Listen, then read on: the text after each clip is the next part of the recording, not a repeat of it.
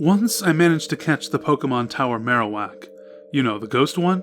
Usually it'll slog off any Pokeball thrown at it.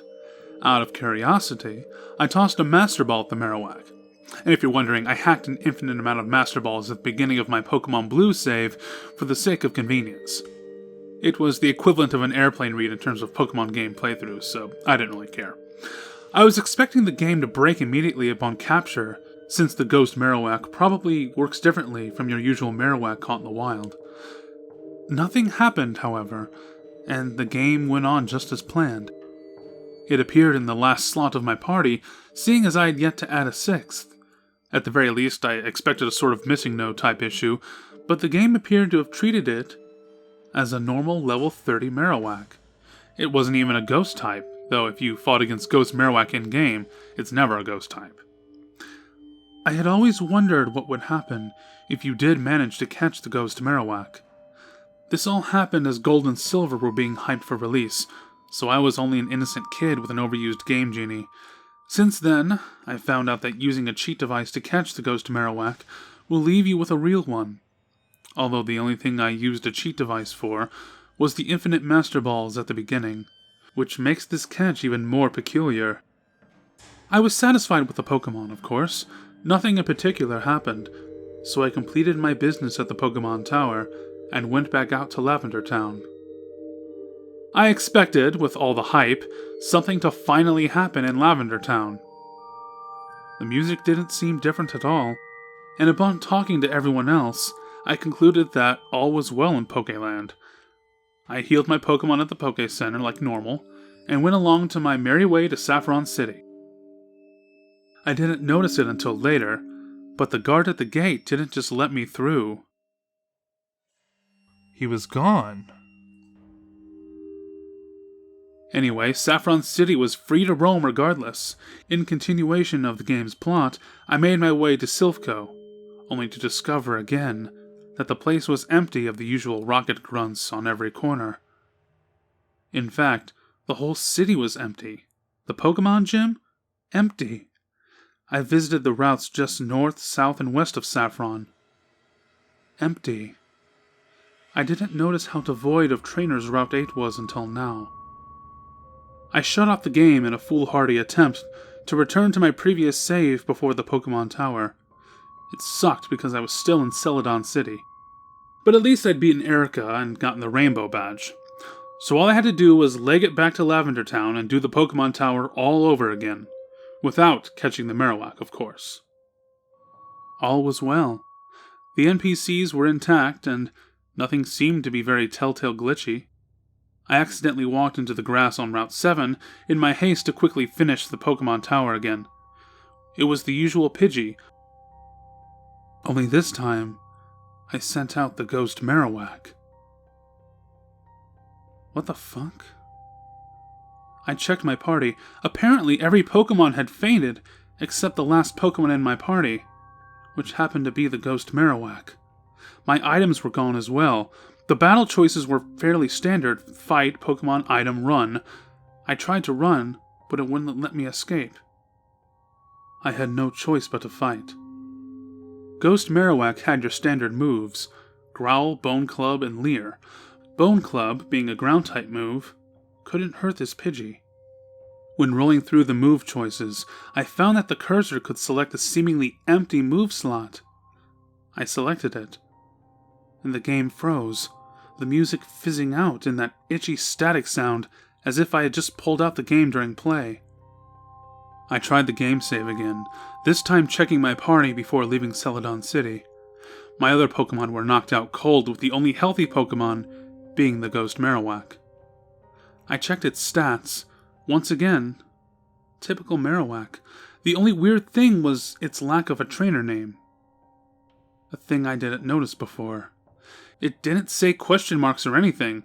It was literally blank. Naturally, I went to the Poke Center to heal my fallen comrades. It didn't work.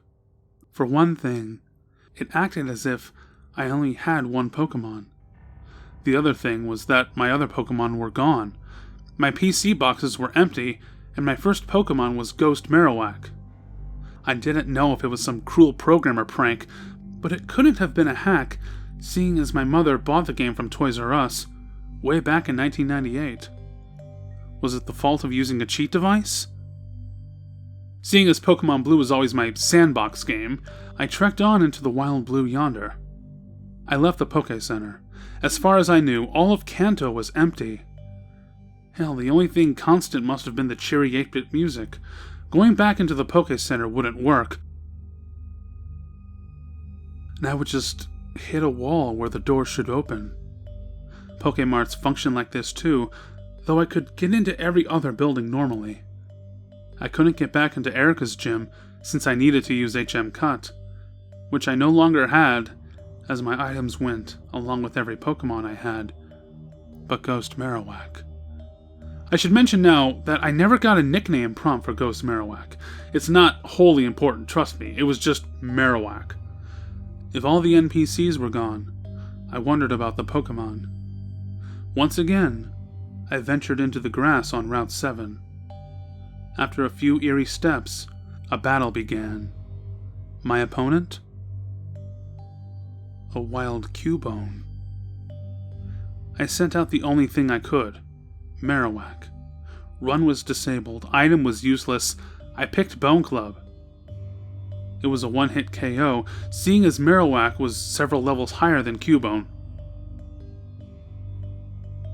I returned to the overworld and took a step to get the hell out of that grass, only to immediately encounter another Cubone. I defeated the Pokemon as they came, finally making it out of the grass. I was only about 6 or 7 tiles in, but having so many wild Pokemon encounters, one right after the other, was just uncanny. I continued towards the western Saffron Gate until I managed to get into another wild battle. Away from the grass. Cubone again. Not surprising. This even happened inside the gatehouse. By the time I reached the eastern Saffron Gate that led to Route 8, Bone Club was down to 0 PP. With no items and no way to get into Poke Centers, the next battle I would have was interesting, to say the least. Anyway, it was another Cubone. It was only then I realized that each and every Cubone I had fought so far had the same level as the last. I already made the obvious connection of Cubone to Mother Marowak, but this revelation stung. I sent out Marowak again, feebly using Leer, and hoping to just spam the moves I had until I could only struggle. Leer lowered Cubone's defense accordingly. Cubone at last had a chance to attack back, but it couldn't. It was too scared to move. I checked Marowak's summary again. It was still a ground type. The battle would stall with Marowak using Leer or Growl, and the Cubone being too scared to move.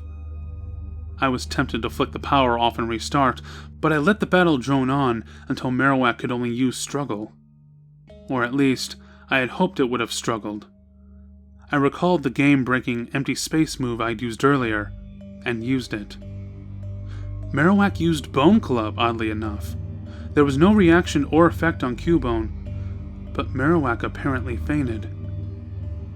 Suicide, I guess. Its HP bar and name disappeared, but its back sprite remained.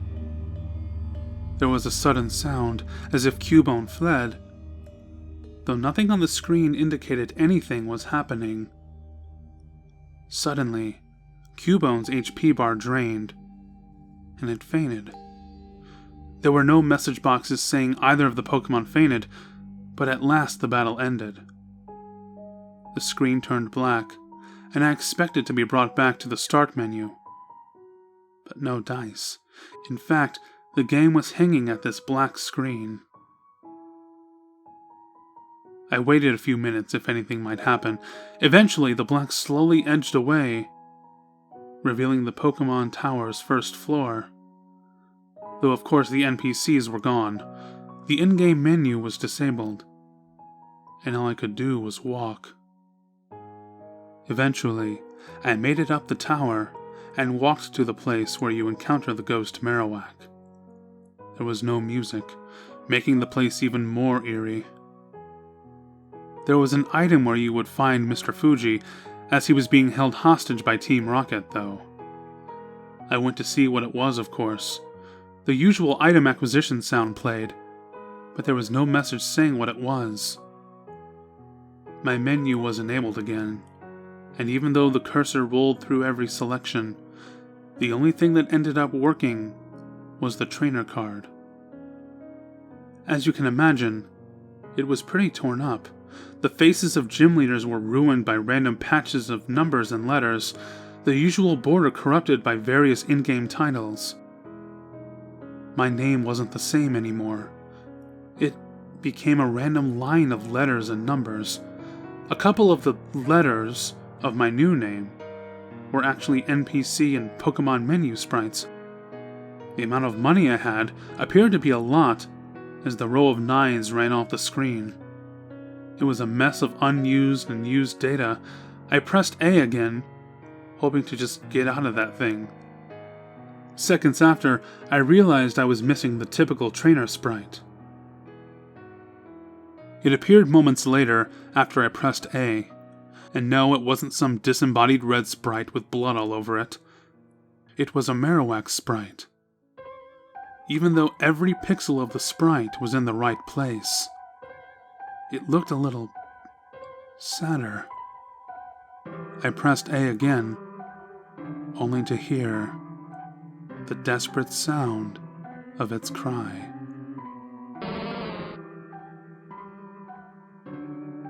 The next day, I tried to see if the game save could be salvaged, but the only thing I heard upon continuing the game was the Marowak cry, against a dark, formidable background. I didn't play Pokemon Blue for a while. A few weeks after that, I lost the game somewhere in my room and haven't seen it in years. I've since played Fire Red, and though I know there's no way in hell that kind of crap can happen in Fire Red, I'm still uneasy battling that Marowak. Regardless of the newfangled everything that came with the remake, I can still hear the glitchy 8-bit loop of a Marowak in mourning.